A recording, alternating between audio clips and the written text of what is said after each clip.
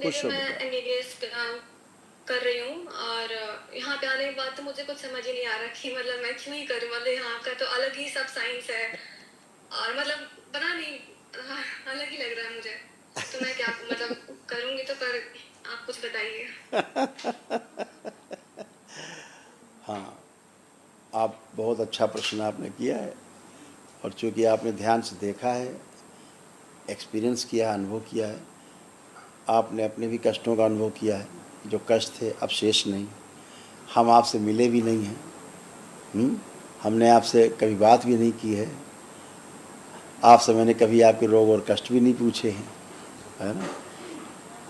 कोई टोना टुटका नहीं हुआ है, कोई जादू टोना नहीं दरबार में हुआ है, कोई झाड़ फूक नहीं हुई है। हुई है कुछ नहीं।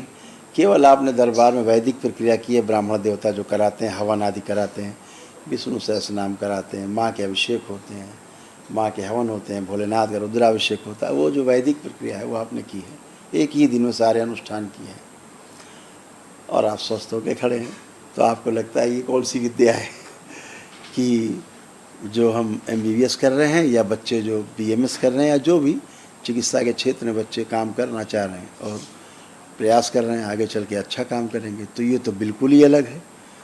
तो हम कैसे कर पाएंगे, ये प्रश्न मेरे सामने भी आया। मेरा भी एक बेटा जो है वो चिकित्सक है।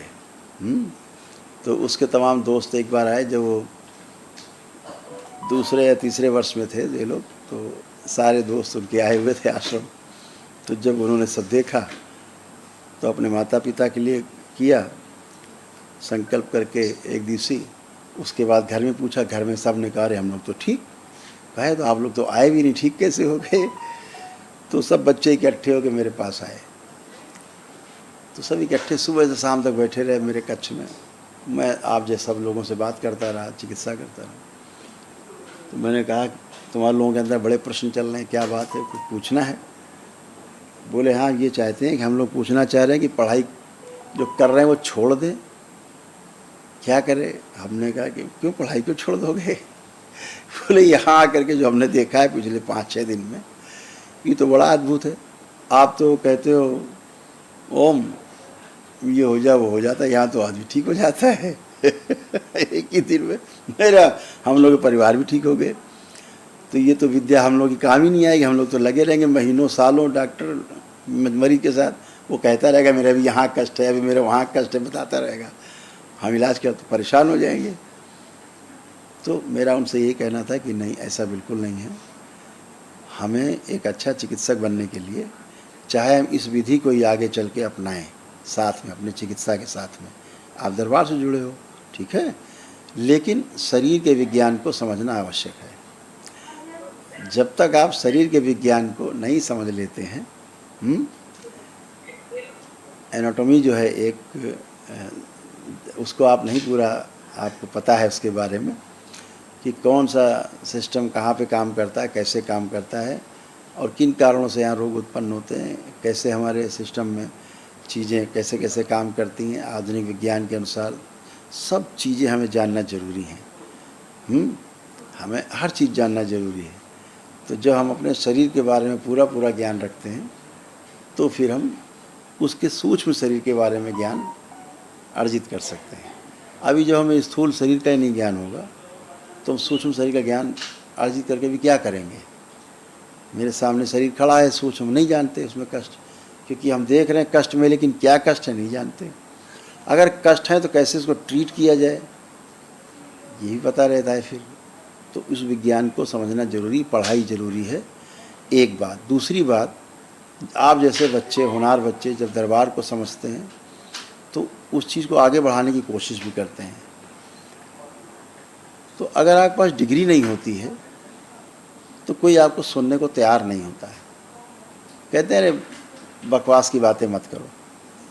लेकिन जब एक डिग्री होल्डर, एक डिप्लोमा होल्डर या डिग्री होल्डर या एमएस एमडी किया हुआ, मास्टर किया हुआ आदमी जब मंच पे खड़ा होकर कहता है कि नहीं ये मैंने अनुभव किया है, ऐसा होता, तो लोग उसको सुनते हैं।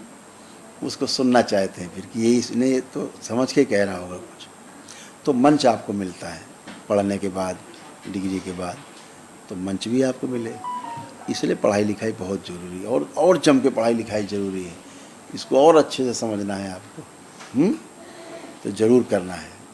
उस चिकित्सा को करना है, जब आप कर पाओगे तब सूक्ष्म जगत को और इस जगत को जो हमारे सामने है, स्थूल जगत, इसको अच्छे समझ पाएंगे, फिर तालमेल को समझ पाएंगे, फिर वैसे कर पाएंगे, जी पाएंगे और लोगों को रास्ता दिखा पाएंगे, है ना।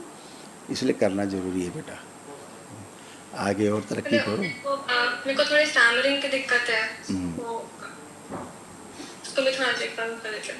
आपको ये था बेटा मेन, देखो कैसी विद्या है। ओवरीज है ऑडियो में थी, इसलिए मासिक अनियमित रहता था, मासिक का दौरान अत्यधिक कष्ट होता था, त्वचा रोग बन रहे थे, एंजाइटी होती थी, मूड स्विंग होता था, उल्टी जैसा महसूस होता था, चक्कर आते थे। अब ये कुछ भी नहीं, खत्म, हमेशा के लिए ये खत्म। तो कैसी सुंदर विद्या है ये है? तो हम कामना करते हैं कि भविष्य में आप भी, सामने वाला जान भी ना पाए मरीज, लेकिन आप उसके बारे में सब जान लो, है? फिर आप उसकी चिकित्सा कर पाओ अच्छे से। तो ऐसा है बेटा, ऐसा चाहिए, ठीक है ना। आपको जो कॉन्फिडेंस लेवल लो रहता था, अब आप चेक करिए, अब आपका कॉन्फिडेंस लेवल खूब बढ़ा हुआ है, लग रहा है हम सब अपना काम अच्छे से कर पाएंगे। ऐसा हो रहा है कि नहीं हो रहा है ना। आप सब बच्चे और अच्छे कर पाएँ, दरबार का यही प्रयास है कि इस विद्या को आगे ले जाएं। हम लोग प्रयासरत हैं कि एकेडमिक वे में इसको आगे ले जाया जा सके, स्कूलिंग की जा सके, इसकी यूनिवर्सिटीज़ में इसके सब्जेक्ट हों, और लोग इसको, अगर मानव जाति के कल्याण के लिए विद्या है तो इसको स्प्रेड किया जाए, इसको आगे बढ़ाया जाए लोगों में। जो आप जैसे बच्चे तमाम हैं, जानना चाहते हैं, समझना चाहते हैं, उसको समझ पाएँ, तंत्र में शामिल होना उसका एक वही प्रयास है। ठीक है, खूब खुश रहो, खूब प्रसन्न, स्वस्थ रहो, हरियर बेटा, खूब प्रसन्न रहिए।